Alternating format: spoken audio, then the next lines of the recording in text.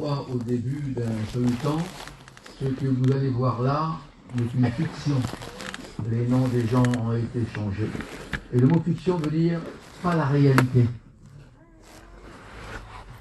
Quelqu'un qui montre un rôle. Vous savez, aujourd'hui, quelqu'un qui joue un film, on dit c'est un comédien. Aujourd'hui, dans l'ancien temps, ceux qui se promenaient sur les estrades, les anciens ont connu ça, et ils avaient un masque devant le visage pour montrer une autre personnalité. Et on ne les appelait pas, à cette époque-là, des comédiens. On les appelait des hypocrites. C'est terrible, hein? C'était pas méchant. C'était pour montrer dans le sens, ils sont en train de jouer un rôle qui n'est pas le leur. Et aujourd'hui, on a traduit ce mot-là par fiction. Montrer quelque chose, au fond, n'est pas la réalité. Il était pasteur d'une église, et il avait comme copain un acteur de cinéma. Et de temps à autre, ils se rencontraient dans un restaurant pour manger un bout. Et ce pasteur aimait ce copain qui était dans le monde, et qui restait un ami pour lui. Et dans le rôle qu'il jouait dans les films, ça lui plaisait terrible. Et un jour, écoutez bien l'histoire, alors qu'ils ont mangé un bout ensemble, le pasteur a dit à son copain qui était acteur, il a dit, quand je te vois jouer ces films-là, j'ai même vu des films, et en te regardant jouer tel rôle, j'en ai pleuré. Et l'autre m'a dit, c'est vrai, mais ça restera qu'une fiction. En fin de compte, ce que je joue, c'est pas vrai. J'ai pas pleuré réellement. Et l'inconverti, donc l'acteur, a dit, tu sais la différence qu'il y a entre toi et moi, donc le chrétien et l'homme du monde, c'est que moi, ce que je joue, c'est une fiction, mais tellement que je joue bien, j'en ai fait presque une réalité, plus que ton pleur. Par contre, vous, de l'évangile, vous m'avez fait une fiction. Donc, c'est jouer un rôle qui n'est pas la vérité. Mes amis, quand on est enfant de Dieu, c'est pas une fiction, c'est une réalité.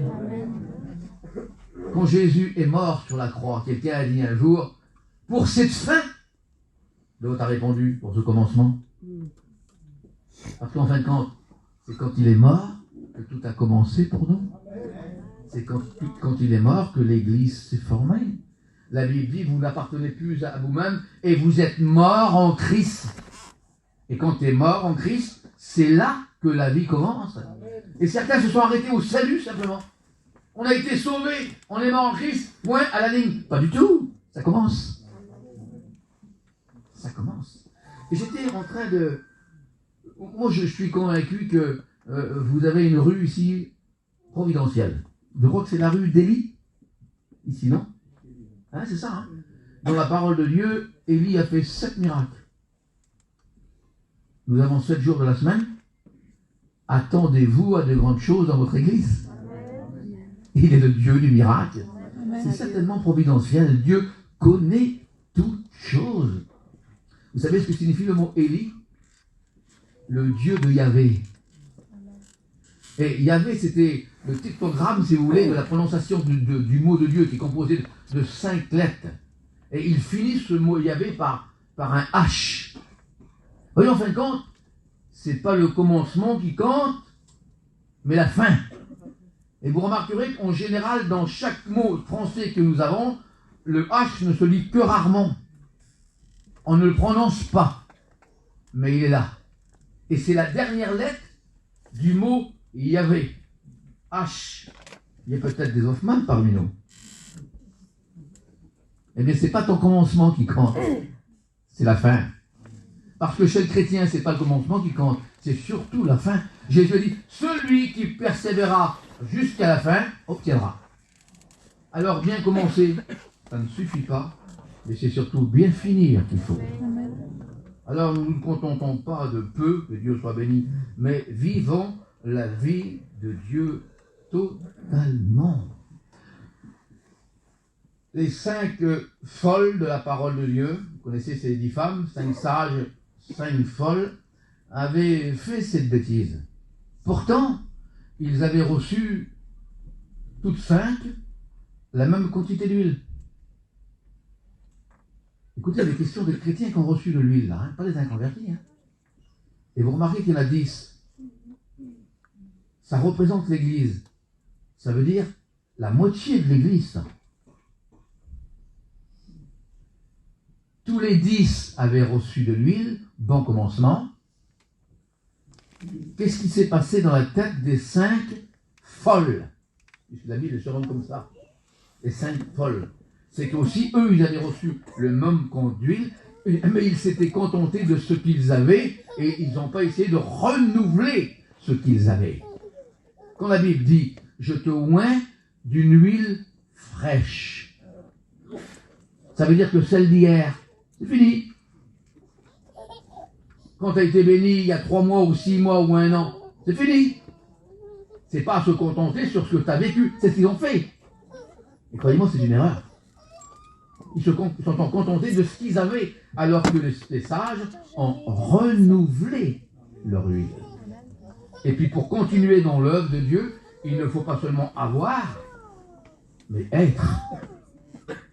Dieu a besoin, et il le veut encore ce matin, renouveler ton huile. Amen. Parce que ton huile d'hier, c'est fini. Amen. Il veut pour toi une nouvelle huile. Et ce que Dieu a mis dans notre cœur, automatiquement sur les 5, il y a eu les 5 sages qui ont entretenu ce qu'ils avaient reçu.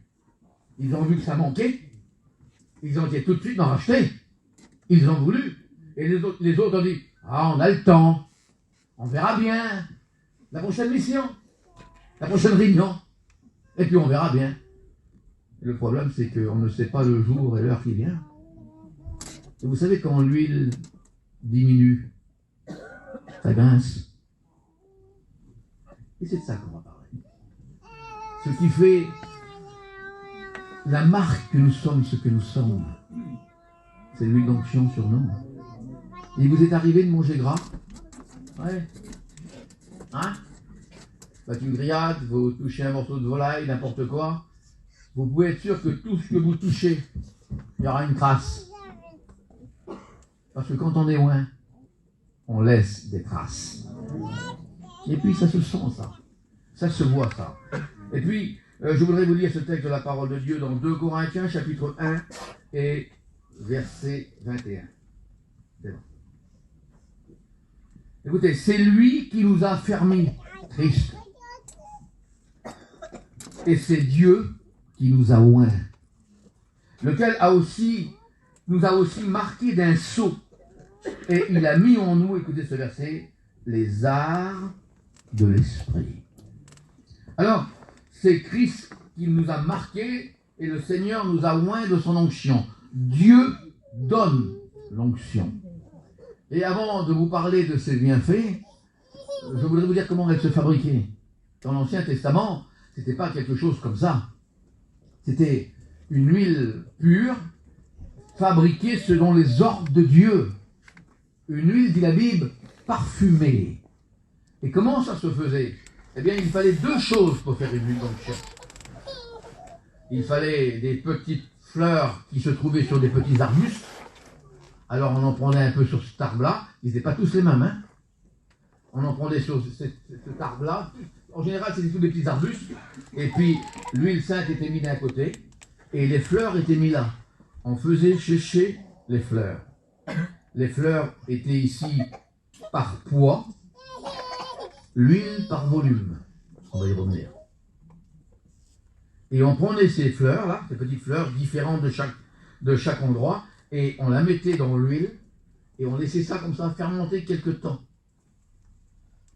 À un moment donné, comme on mettait les fleurs dans l'huile, il restait sur le haut, ça durait à un moment donné, et à un moment après, quelques heures, ou une journée ou 2 après, quand les fleurs prenaient l'huile, alors ils allaient au fond. Et l'huile remontait. Et ça donnait, à force de temps, un parfum à l'huile des fleurs qui étaient là, normalement. Alors ce que je veux vous dire par là, c'est que nous avons été tous des petites fleurs cueillies sur des buissons différents. Parce que nous sommes tous différents. Mais ce qui fera notre unité, c'est l'huile, l'onction. Au début, nous étions devant, mais quand quelqu'un est loin, vous savez, il ne se présente plus à lui-même. Il présente Christ. Il présente l'huile d'onction. Et ça se sent quelqu'un qui est loin. Ça se sent quelqu'un qui est béni.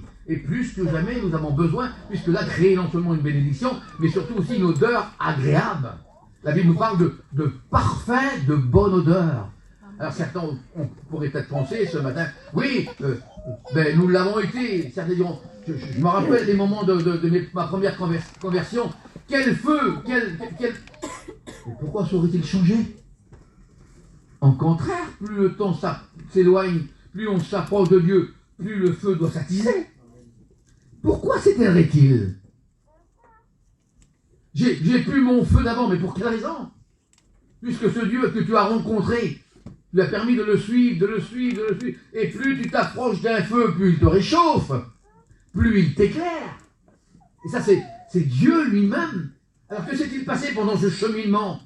Peut-être que tu as arrêté? Ou peut-être as-tu fait comme Pierre, le suivre de loin. Oui, je sais qu'il y a un feu. Et là, je suis de loin. Quand on suit le Seigneur de loin, on risque plus de l'entendre. Le Seigneur a dit, mes brebis ont des oreilles et entendent ma voix. Mais quand on est loin, quelqu'un nous parle, hein, quoi? Qu'est-ce que tu dis? J'ai pas compris. Et on fait pas mal d'erreurs, bien des fois, quand on se trouve loin.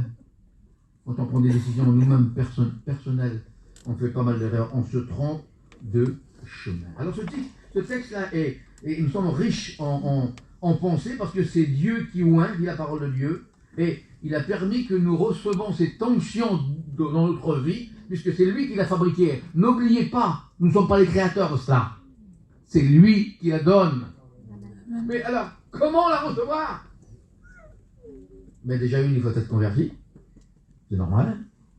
Parce que ce qui est saint ne peut pas tomber sur ce qui est souillé. C'est logique. Et il est un Dieu saint. Vous savez, dans la parole de Dieu, pour donner de la valeur à un mot, aujourd'hui, par exemple, en France, pour donner de la valeur à un mot, on le souligne. Pour donner de la valeur à un mot, on l'écrit en gros caractères. Ça, c'est la langue française. Mais dans la langue hébraïque, pour donner de la valeur à un mot, on le répétait. Jésus veut dire plusieurs fois, en vérité, je vous le dis. Pour montrer que cette vérité est importante. Et dans l'hébraïque, c'était répéter les mots. Et très souvent, ça a été répété 2 fois.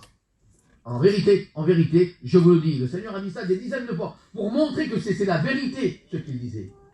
Par contre, quand il s'agit de la sainteté de Dieu, c'est plus 2 fois, 3 fois. Saint, saint, saint est le Seigneur des armées. Pour montrer la valeur. Alors je me suis posé la question, pourquoi c'est pas 4? Pourquoi c'est pas 2? Pourquoi 3? Eh bien 3, c'est les 3 temps de notre vie que nous avons. Nous avons le passé, nous avons le présent, nous avons l'avenir. Dieu est saint dans le passé, Dieu est saint dans le présent, et Dieu est saint dans l'avenir. Et il demande à ses enfants, vous voyez, c'est pas surtout bien commencer, nous l'avons dit tout à l'heure, mais surtout bien finir. J'ai eu ça. Oui, mais attends, lui il est saint avant, pendant et après. La même réflexion est dit à Jésus avec des mots différents. Il dit, je suis le même, écoutez, hier, aujourd'hui, éternellement. Ça veut dire que quand on vit Dieu, c'est pas seulement hier, ni aujourd'hui, parce que c'est bon de vivre le temps présent, mais aussi l'avenir, où il dit à chacun d'entre nous, j'ai préparé des œuvres d'avance afin que vous les accomplissiez. Le vrai texte, c'est j'ai préparé des œuvres d'avance afin que vous y marchiez. Donc, à préparer des bonnes choses pour nous. Si dans le monde aujourd'hui, il faut le dire, tout va mal concernant l'avenir, tout va mal. Ne croyez pas que ça va s'arranger. C'est de pire en pire, vous le voyez de toute façon. Dans l'évangile, c'est tout à fait le contraire. Le meilleur est devant. Alors l'importance de rester ce que l'on est. Ce n'est pas avoir été qu'il faut. C'est être. C'est vivre Dieu. Et je pense que les pasteurs aussi vivent ce que l'on vit. Mon feu pour Dieu est plus important aujourd'hui qu'il y a 47 ans que je suis converti. Je vous assure, plus important. Il me semble que les choses du monde aujourd'hui n'ont plus de valeur. Et quand on s'intéresse, parce qu'il ne faut pas donner accès au diable. Hein. Accès au diable.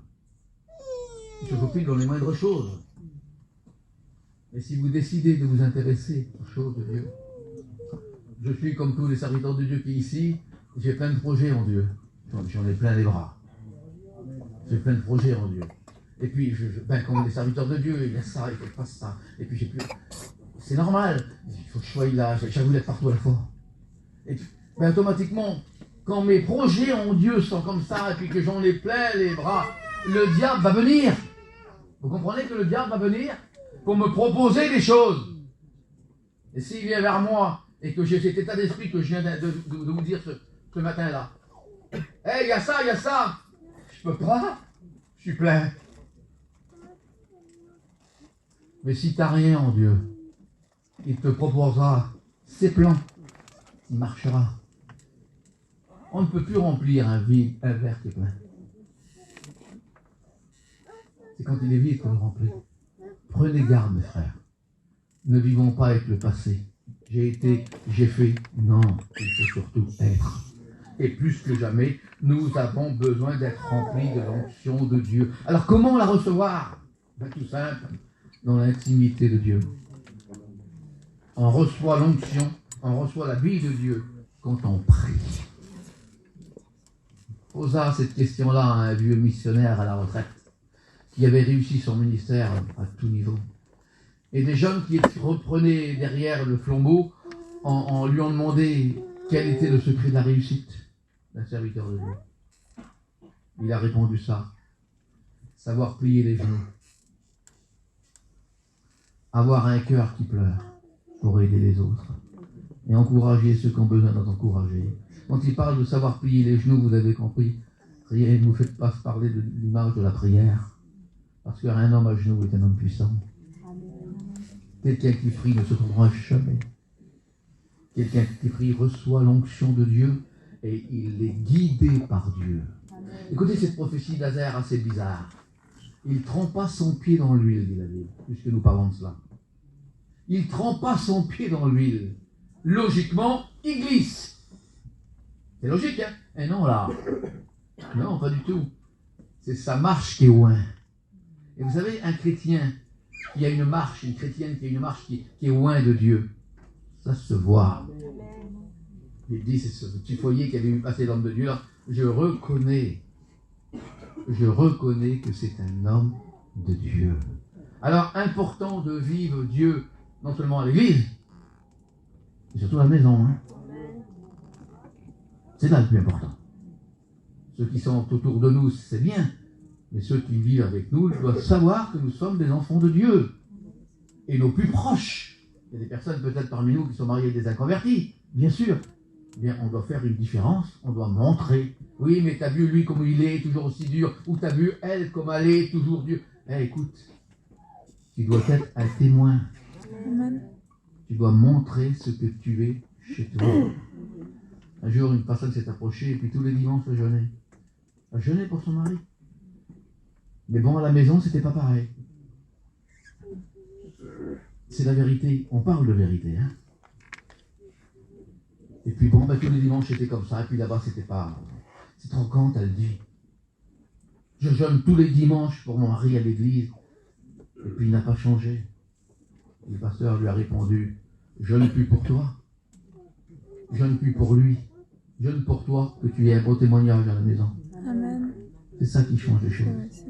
Parce que la personne la plus proche de nous doit voir notre changement. Et quand on est loin d'huile, eh bien tout doit glisser sur nous. Ah, ça semble pas facile ça, hein? Parce qu'il y en a qui partent au quart de tour. Il ne faut pas leur marcher sur les pieds, les ongles poussent. Quand on est enfant de Dieu, eh bien quand on est loin d'huile, automatiquement, eh bien ça doit glisser. C'est ce qui montre justement la différence entre celui qui sert Dieu et celui qui ne sert pas Dieu. Nous avons appelé, dit la parole de Dieu, je vous ai loin d'une huile. Et l'huile de la bénédiction tombe sur nous. Et rappelez-vous ce qu'on a dit au début, l'huile d'onction n'est pas réservée aux inconvertis, elle est réservée aux chrétiens, à ceux qui ont été purifiés.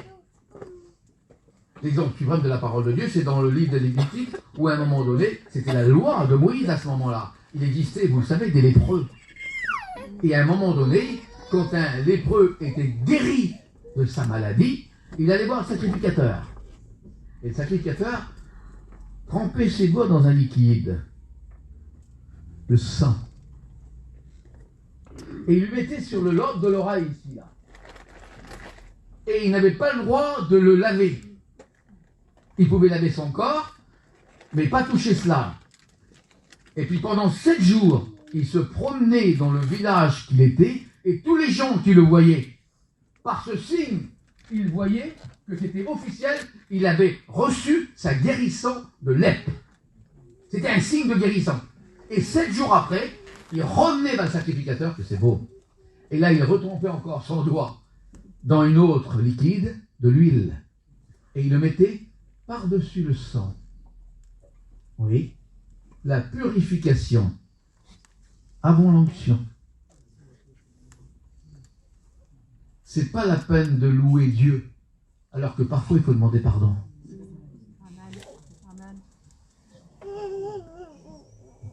Dans la Bible, il y a des choses à leur place. Dans la vie d'un chrétien, il doit avoir les choses à leur place. L'huile d'onction est là pour nous oindre, pour nous bénir, pour faire quelque chose de bien en nous et pour montrer le témoignage que l'on a. Les gens doivent le voir. Les serviteurs de Dieu savent ce que je vais dire, mais quand je suis dans l'assemblée et puis que je vois quelqu'un monter sur l'estrade pour chanter, pour prêcher ou pour un témoignage, on se rend compte tout de suite à ces quelques mots si c'est quelqu'un d'onction. Ça se voit. Ça se remarque. C'est pas la peine de crier. Parce que la Bible dit qu'en lui, elle tombe. C'est pas de bruit. Mais alors, qu'est-ce qu'elle fait du bien? La Bible dit qu'elle tombe. Ça veut dire quoi? Ça veut dire qu'elle est en haut. Elle tombe, dit la parole de Dieu, sur la tête de l'homme de Dieu, Aaron. Et la tête, c'est le siège de la direction. C'est le siège des sentiments. Tes pensées, ta direction a besoin d'être oint par Dieu pour aller encore plus loin avec lui. Non, ne te dirige pas toi-même, tu vas te tromper. Tu en as fait des erreurs d'ailleurs. Non, que tes pensées soient ointes de Dieu. Parce que lui, il connaît les pensées. Il ne faudrait peut-être pas afficher les pensées de certains chrétiens sur un écran. Qu'est-ce qu'on y verrait? Dieu connaît toutes choses. Alors si tu as besoin de ce côté, que le Seigneur fasse tomber sur ton esprit son huile. Et la Bible dit qu'elle descend et elle vient sur la barbe d'Aaron. Vous savez, chez un homme, la barbe, c'est la virilité. Vous vous rappelez, les garçons, on avait 12 ans, 13 ans, on se tuait pour avoir poil sur le montant. Vous voyez, 10 ans. Parce qu'en fin de compte, un homme est reconnu viril à sa barbe. Oui. La barbe, donc, c'est des années. On ne l'a pas à l'âge de 10 ans. C'est les années qui fait la maturité de l'homme. Eh bien, il faudrait peut-être que l'huile tombe, malgré sur tes années de vie chrétienne. Tu as encore besoin d'huile d'onction. D'une nouvelle huile d'onction. Oui, je sais, je connais. Ça ne suffit pas. Quand tu es loin, tout passe. Et tu l'as besoin. Et la Bible dit, elle tombe après sur le vêtement. Et ça, dans la parole de Dieu, c'est le témoignage. Être enfant de Dieu doit se voir.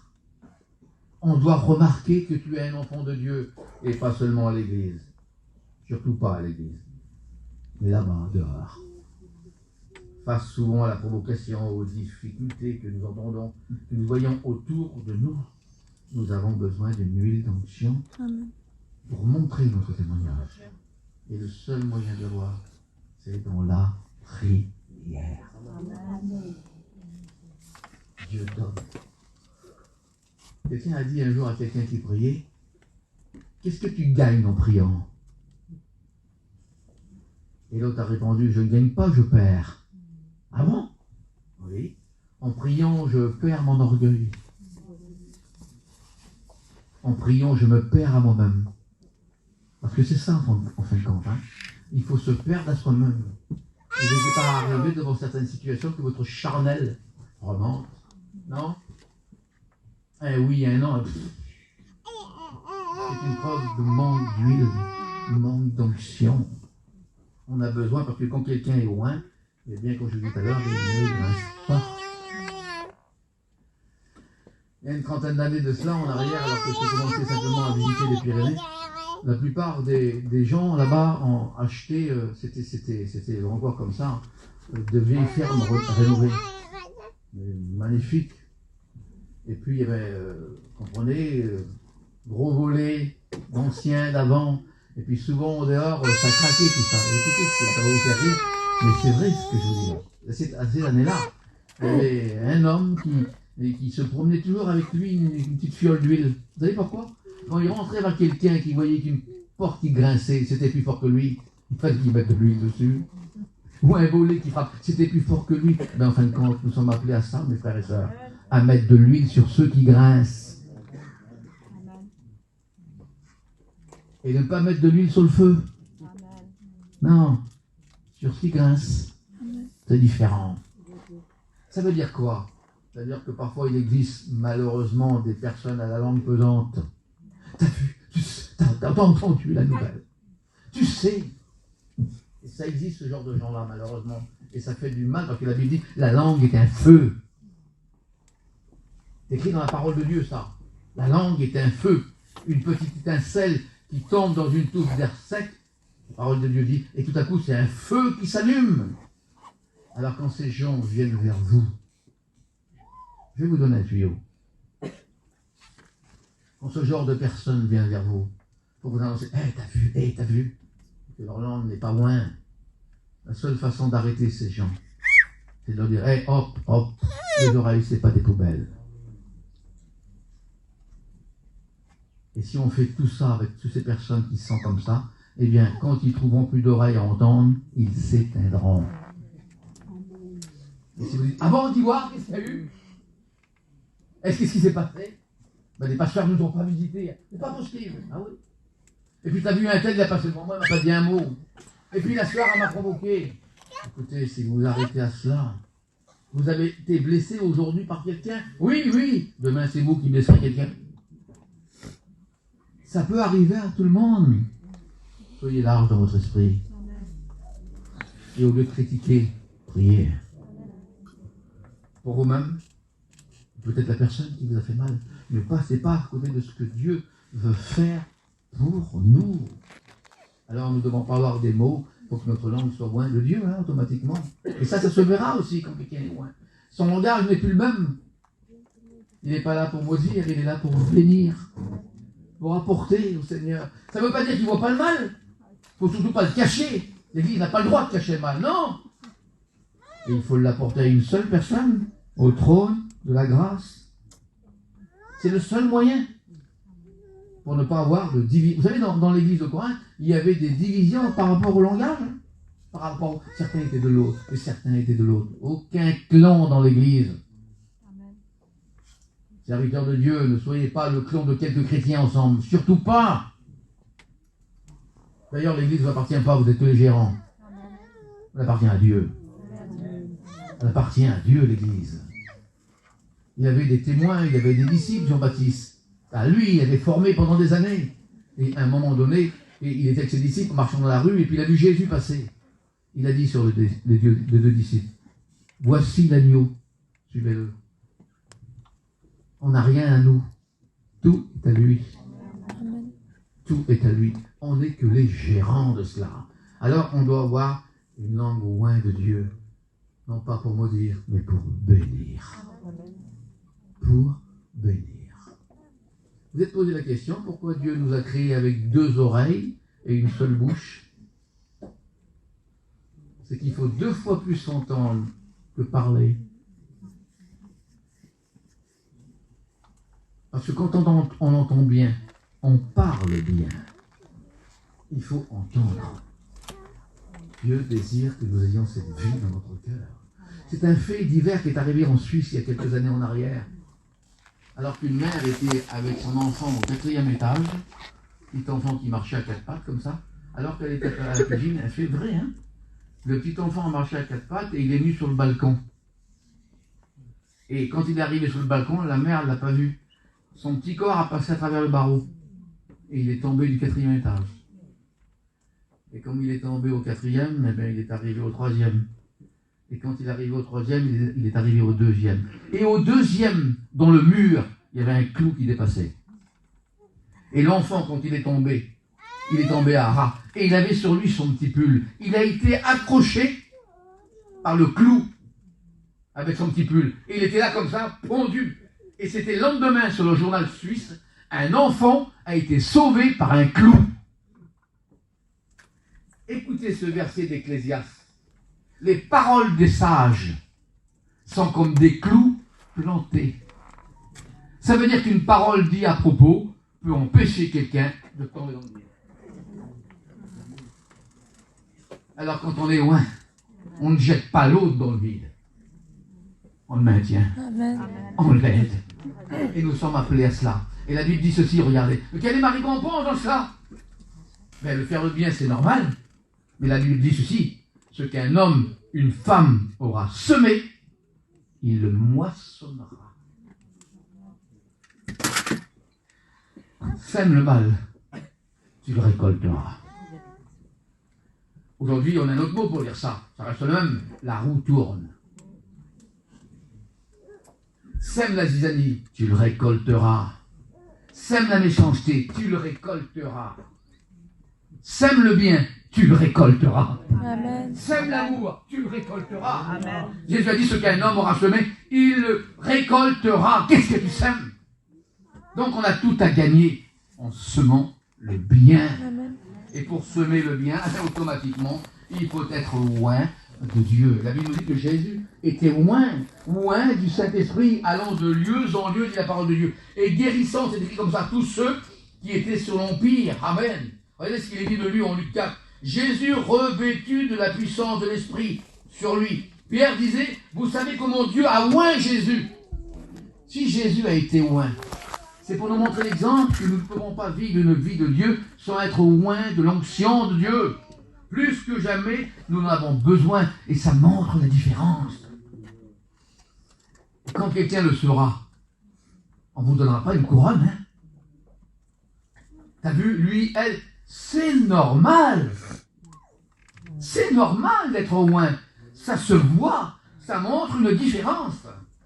Moody était un grand évangéliste anglais. Il faisait des croisades énormes, un prédicateur hors norme. Et il avait devant lui des fois 10 000, 20 000 personnes. Il avait un chanteur. Il s'appelait Sam Kay. Écoutez bien ce que je vais vous dire. J'étais émerveillé quand j'ai lu ça. Chaque fois qu'il faisait une croisade, ce grand serviteur de Dieu, il appelait ce petit chanteur-là, Sam Kay. Et il venait et il chantait 2 cantiques. Quand cet homme chantait 2 cantiques, les gens se levaient de leurs chaises, venaient devant, convaincus de péché. Et si vous l'auriez écouté, eh bien, au point de vue vocal, il n'y avait rien d'extraordinaire. Hein? C'est la base moyenne d'un chanteur. Oui, c'est pas ça que Dieu regarde. Hein? Et l'histoire nous dit quand Sankey devait chanter 2 cantiques, il priait 2 heures avant. C'est ce qui fait l'onction. Rappelez-vous à la chambre haute, ils ont prié 10 jours. Pierre a prêché 10 minutes. Si vous lisez son message dans Acte 2, ça ne dure pas plus de 10 minutes. Il prie 10 jours. Il prêche 10 minutes. 5000 personnes se convertissent. Aujourd'hui, on fait peut-être le contraire. On prêche des heures et on prie 10 minutes. Où est le résultat? Ce que je vais vous faire comprendre par là, c'est que rien ne remplacera la force de la prière. C'est ce qui fait l'onction, c'est ce qui fait la bénédiction, c'est ce qui fait ce que vous êtes. En Dieu! En Dieu! Parce que quand vous êtes loin, permettez-moi de vous le dire, vous serez toujours au top dans les choses de Dieu. C'est lui qui vous dirigera, c'est lui qui vous mènera au bon port. Et plus que jamais, nous avons donc besoin de vivre cette vie d'onction avec le Seigneur, non pas pour devenir pire, mais pour devenir meilleur. Alors, ça vient à mon esprit, je vous l'explique. Qu'est-ce que c'est que quelqu'un qui est loin? Et il faisait partie de la région parisienne, et puis il s'était rendu dans le Midi. Il n'était qu'une seule caravane, un inconverti. Et puis la traversée était beaucoup trop longue. Alors il décide de s'arrêter à Valence. Et quand il s'arrête à Valence, il cherche un endroit pour se mettre, mais bon, personne n'était là. Il veut rentrer dans un terrain de camping. Quand il rentre dedans, le monsieur dit « Monsieur, c'est complet. » Il dit « Personne, monsieur, c'est pour une nuit, je ne veux pas dormir dehors. » Il dit « Monsieur, c'est complet. » Et puis l'homme prend ses premiers pas pour s'en aller. Et le radio dit « Écoutez, il y a quelques caravanes de gitans là, pour une nuit dans le terrain. Si vous pouvez vous arranger avec eux. » Et l'homme va voir. Quand il va voir, il cherche une place. Et puis il y avait des gens qui l'ont vu. Et puis au lieu de le regarder, ils se sont retournés. Comme font certains dans une convention, vous voyez. L'huile d'onction. Et alors il n'était pas à s'en aller. Et puis là, il y avait un petit étudiant, il avait fait une première année. Et puis il dit, mais qui c'est cet homme-là? Ben, il vient pour chercher une place. Et puis, viens, on n'a pas. Il lui a couru après. Il a dit, viens. Il a dit, viens, je vais prendre mon petit camping, on va le déplacer, on va le mettre là. Tu vas pas, l'homme il est péché, tu vas pas sortir dehors, c'est compliqué. Mais t'inquiète pas, viens là. Il a déplacé son petit camping, le petit étudiant, il l'a mis dans l'autre coin, il a collé l'homme sur lui. On ne connaît pas ces gens-là. Qu'est-ce qu'on va faire, hein, le réflexe? Il a resté là, tranquille. La nuit arrive, l'homme inconverti se couche avec sa femme et il parle. Parce que vous savez, quand on sème le bien, on récolte. Ouais. Il dit, quand ce petit garçon, regarde, on ne le connaît même pas. Oui, c'est vrai. Il a déplacé son camping comme ça. Un chrétien doit faire du bien. Il n'est pas à faire le mal. Il dit sur elle, ben, je ne suis pas une journée près. Demain, on va rester là et je voudrais faire plaisir à cet homme-là, je l'invite à manger. Et c'est ce qu'il a fait. Il a donc resté la journée. Le soir, il a mangé un petit bout avec l'homme, couple inconverti, et le petit étudiant a dit, ce soir, on fait une réunion sur Insta. Ça nous ferait plaisir que vous... Oui, bien sûr. Ils sont venus à la réunion, le petit étudiant a prêché. Quand il a fait l'appel, le couple est venu devant. C'est ça qui tient de loin. L'amour ne cherche pas son intérêt, elle cherche l'intérêt de l'autre. C'est ça, être loin. Et ça se montre par des actes. J'ai vécu ça personnellement. Nous étions au mois de juillet à Strasbourg. À l'époque, c'était des groupes électrogènes qu'on avait, vous savez. Et puis quand tout le monde, vous vous rappelez de ça, on avait un groupe de 100 voitures, c'était compliqué que les gens venaient parce qu'il n'y avait plus de prise. C'était vraiment un problème terrible, ça. Merci à Dieu que c'est tombé, ces choses-là. Et puis un garçon vient. Un jeune foyer, trentaine d'années, un petit bébé de 8 mois. Et puis vous savez, au mois de juillet à Strasbourg, je ne sais pas si vous connaissez la région, c'est incroyable. L'hiver, vous gelez, l'été, vous brûlez. Bon, j'espère qu'il n'y a pas des gens qui sont là. Une chaleur immense. Et ce couple vient là. Et puis tout le monde se branchait. Et dans ce coup, le garçon il vient pour le brancher, il venait de le retrouver. Et l'homme du moteur, il dit, il n'y a plus de prise, le garçon. Il dit, je ne peux pas rester. Parce que moi j'ai un petit bébé de 6 mois et puis je ne peux pas rester. Et là, à côté, un petit chrétien aussi, pareil. Et quand il voit que c'est un inconverti, il dit sur lui, tiens garçon, prends ma prise. J'étais là, témoin. Prends ma prise. L'homme dit sur lui, si tu lui donnes ta prise, tu n'en as pas. Oui, ça fait rien, j'ai un moteur, moi. Il a vu que c'était un petit couple inconverti qui venait dans une mission. L'amour ne cherche pas son intérêt. Il cherche l'intérêt de l'autre. Amen. Et le garçon a laissé sa prise. Et effectivement, pendant une semaine, ce petit chrétien-là s'est branché sur son moteur. Et une semaine après, il y a quelqu'un du groupe qui est parti. Donc il a repris la prise. Cependant, le garçon, il est resté avec nous tout l'été. On a baptisé le couple. Aujourd'hui, c'est un serviteur de Dieu. Amen. Aujourd'hui, c'est un serviteur de Dieu. C'est ça, être loin. Les gens le voient, il y a différence. C'est pas ici, là. Tout est beau, là. Là-bas. Et ce choix, c'est face souvent à la provocation, à la difficulté.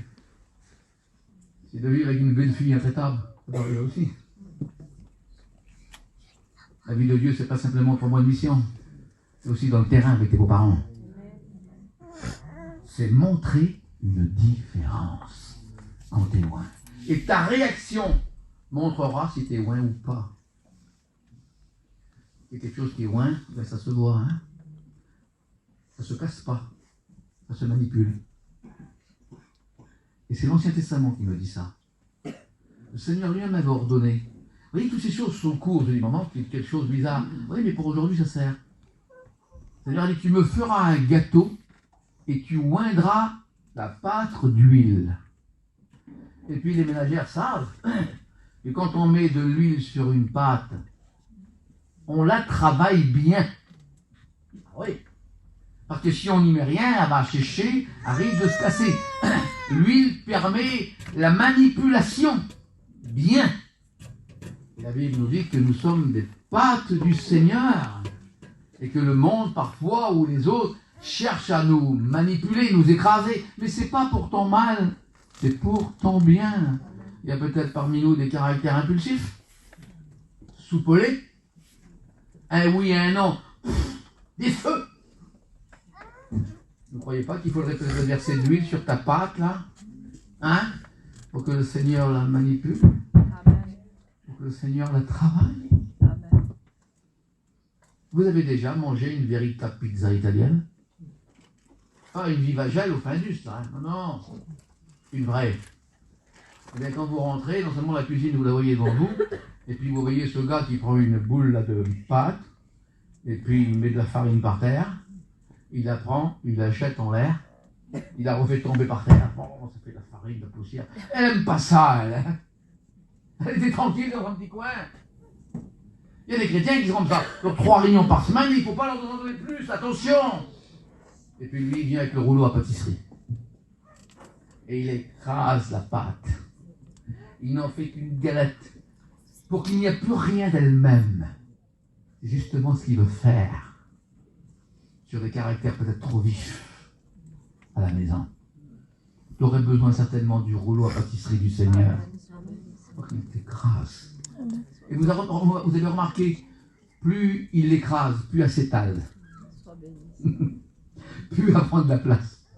Et quand il a fini de la stack, qu'elle n'ait plus rien d'elle-même, si vous voulez, alors il commence à mettre plein d'ingrédients dessus. Hein? Plein de choses dessus. En fin de compte, il a fallu qu'elle soit écrasée, humiliée, plus rien, pour qu'il lui tombe d'en haut plein de bonnes choses. Parce que les bonnes choses ne viennent pas d'en bas, elles viennent d'en haut.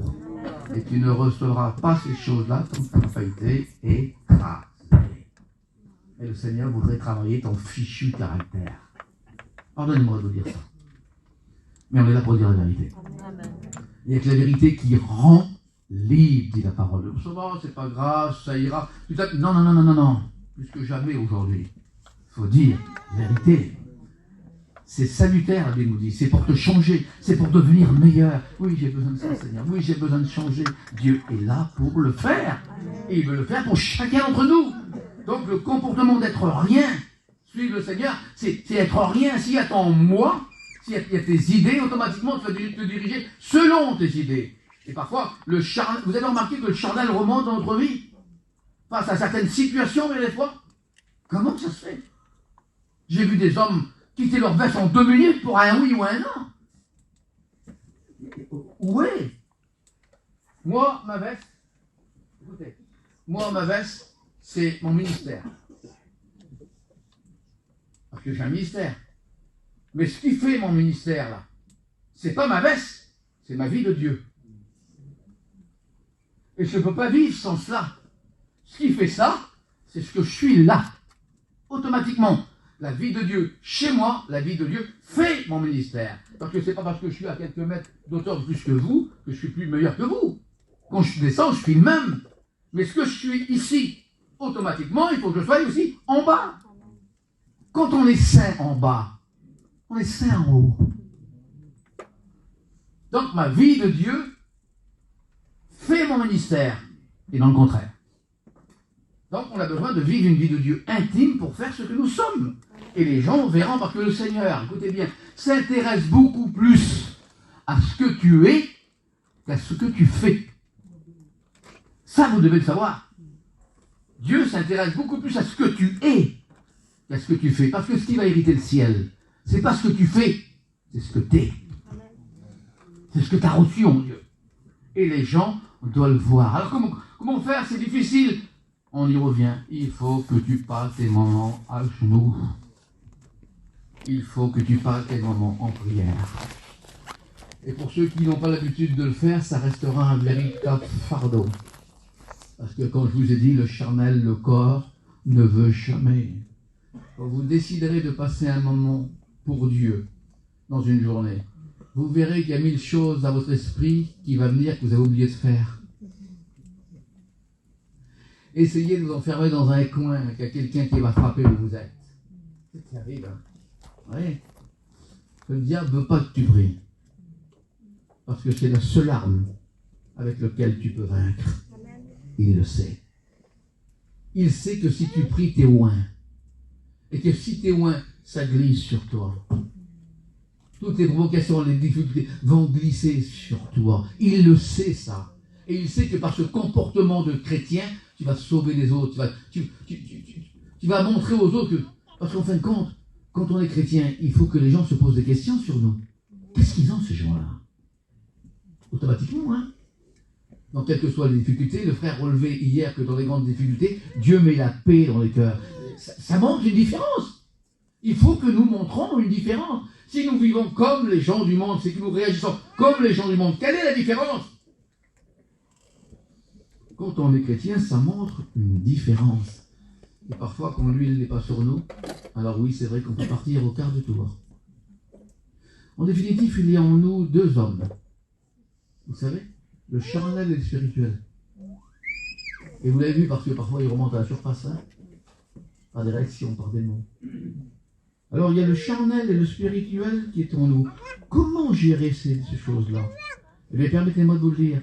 C'est celui que vous nourrirez le plus qui remontera le plus souvent à la surface. Nourrissez votre charnel par les choses du monde. Il interviendra comme ça aux premières réactions. Nourrissez votre spirituel. Il interviendra le premier. Alors, faites mourir votre charnel et nourrissez votre spirituel. Automatiquement, il y a l'un qui va prendre le dessus. Et ça dépend de nous. Ça, c'est vouloir. C'est prêt à être comme cette pâte écrasée. Arrête. Aujourd'hui, il faut être plus sage qu'intelligent. Vous savez la différence qu'il y a? Un sage, un intelligent, un homme intelligent, chrétienne, hein, c'est d'une manière ou d'une autre se sortir du problème. Il est intelligent. Le sage, c'est éviter le problème. C'est différent. Il y a un texte de la parole de Dieu qui dit ceci: vous vous êtes jeté vous-même dans des tourments. Vous vous rendez compte? Ni Dieu ni diable va y voir quelque chose. Tu t'es jeté toi-même dans tes tourments. Et si le charnel, justement, c'est cela qu'on parle, si le charnel domine dans la vie, et puis que tu es prêt à réagir par des mots, ou des paroles, ou bien autre chose, tu te jettes toi-même dans des tourments. Oh, peut-être que dans la conversation, tu t'en es tiré. Mais devant lui, tout à fait différent. Alors oui, il faut savoir s'écraser, accepter, et nous l'avons dit tout à l'heure, ce que tu sèmes, tu le récolteras. Avoir un comportement d'enfant de Dieu. Et je termine avec ça.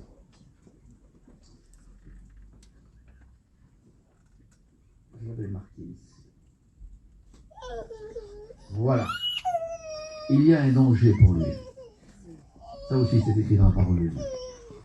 Quand on est loin, il y a toujours un danger pour lui. Vous savez ce que dit la Bible dans le livre des Psaumes? Je ne me souviens plus la référence, mais il dit ceci: je te bénirai et je te garderai. Parce qu'un homme, une femme bénie, a besoin de te garder. L'orgueil du spirituel. Prenons garde. Sans changement, tirez comme les autres poids. Pensez qu'il était toujours le même. Danger. Le diable vous tentera par votre point faible. Parce que vous aimez. Prenons garde à cela. Le danger est important. Le danger de l'huile. Ecclésiaste chapitre 10 et verset 1. Il est dit ceci: une mouche qui tombe dans l'huile et tout le bassin d'huile est infecté. Vous vous rendez compte qu'on serait capable de se tuer pour avoir cette onction de Dieu sur nous, là, une mouche insignifiante. Elle tombe dans l'huile et au bout de quelques heures, elle infecte l'huile. Alors il y a deux pensées qui se tirent de ce verset-là de la parole de Dieu. C'est que, on ne peut pas vivre avec l'huile d'hier. Vous comprenez qu'il peut y avoir des difficultés. C'est pourquoi l'homme a dit, je te oins d'une huile fraîche. Donc l'huile d'avant-hier, où il y a 6 mois, Dieu, dans nos églises, dans nos moments de prière, est capable encore de nous oindre d'une nouvelle huile fraîche. Et la deuxième idée que nous avons, c'est qu'une mouche tombe dedans. Le savez-vous que le diable possède dans la parole de Dieu 31 noms différents. Belzébul, Satan, prince des ténèbres, etc., etc. Et il y en a un que vous connaissez, qui s'appelle Belzébul. Et vous savez ce que ça veut dire, littéralement, Belzébul? Prince des mouches. Ça veut dire quoi? Ça veut dire qu'il ne viendra pas vers vous avec ses gros sabots ou avec des cordes, mais il se montrera sous le couvert des circonstances avec un petit truc de rien qui tombe dans ta vie. Tu n'en as même pas aperçu, c'est terrible. Hein? Et ton huile là est infectée. Elle est bonne, alors qu'il peut crier et prier, lui il sait. Alors qu'est-ce qu'il faut faire? Jette-la. Débarrasse-toi-en. Et le Seigneur veut ce matin te redonner une huile fraîche. Un nouveau départ. Amen. Une nouvelle vision. Plus que jamais aujourd'hui. Nouvelle vision dans le Seigneur. Arrêtons avec les choses du monde. Recherchez d'abord le royaume des cieux et sa justice. Le reste, il vous donnera. Amen. Et il est capable de le faire. Encore ce matin. Jetez ton huile pour te donner, amen, que dit Seigneur soit béni, une huile fraîche, une nouvelle huile. Et il veut le faire dans ta vie ce matin. Vous avez remarqué que je n'ai pas cité une seule fois le mot péché dans mon message. Je n'ai pas de ça, hein. Là, on a besoin de demander pardon à Dieu, se repentir, et ça vous concerne. Je n'ai pas parlé de ça. J'ai parlé peut-être d'une huile trop vieille, ou d'une réaction trop charnelle, ou que chez nous, on n'est peut-être pas l'huile que le Seigneur voudrait. Il est là ce matin, non pas pour nous juger, nous montrer du doigt, mais pour nous relever. Amen. En fin de compte, pour nous rectifier, pour nous rendre meilleurs. Alors, avant de faire une appel sur ce domaine-là, je vais terminer en chantant un chant. Et justement, ça va, je pense, correspondre à ce que nous vivons avec le Seigneur. Une vie de sainteté, une vie de communion avec le Seigneur. À la gloire de son nom. Dieu désire plus que jamais que nous ayons plus d'actes, parce que c'est ce qu'il fait, hein, plus d'actes que de paroles.